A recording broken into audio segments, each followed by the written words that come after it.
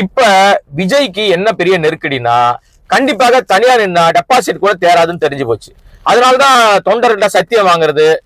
அம்மா சத்தியமா சொல்லுங்க, எனக்கு தானே ஓட்டு போடுவீங்க, நீங்க எனக்கு தானே ஓட்டு போடுவீங்கன்னு சொல்லி கூட்டம் அழுது கண்ணீர் விட்டு கதறிட்டு இருக்காரு. போலாக்குறைக்கு தனிப்பட்ட வாழ்க்கையில செருப்படி கிடைக்குது.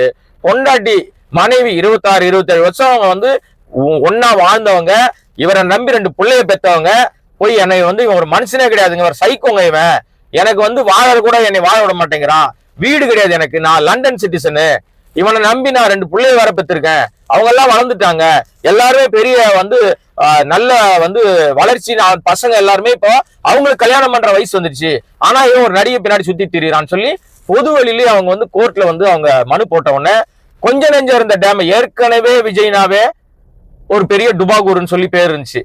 இப்போ இந்த கேஸ்ல இருந்து போன பிறகு ஒட்டுமொத்தமா தனிப்பட்ட வாழ்க்கையிலும் பெரிய டேமேஜ் விஜய்க்கு. அடிப்படையில விஜய் வந்து யாருக்குமே எந்த உதவியும் செஞ்சதே இல்லை. அதாவது சாப்பிட்ட கையால காக்கா ஓட்ட மாட்டாங்கன்னு சொல்லுவாங்க கஞ்சத்தனமாக இருக்கிறவர்களை.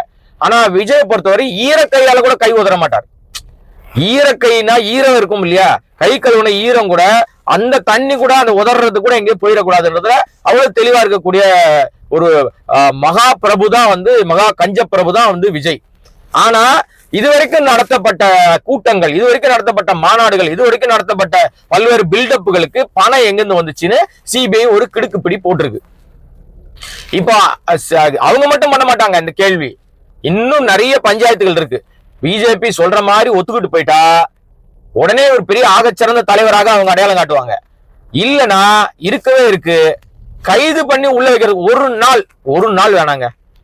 மாப்பிள்ளைய 1 மணி நேரம் எங்கேயாவது ஒரு ஜெயில உட்கார வச்சாங்கன்னா டோட்டல் க்ளோஸ் கம்ப்ளீட்.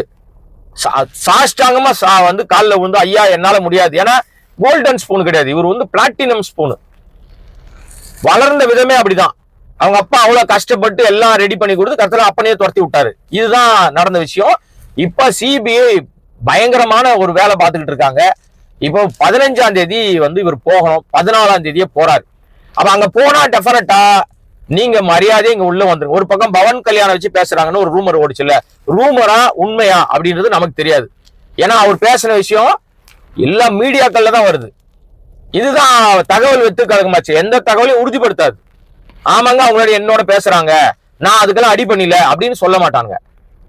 இப்போ 14ஆம் தேதி போவதுக்கு முன்பாக ஒரு முடிவு எடுத்துட்டு போனோன்னு இந்த ஜூம் மீட்டிங்கை கண்டக்ட் பண்ணிருக்காங்க.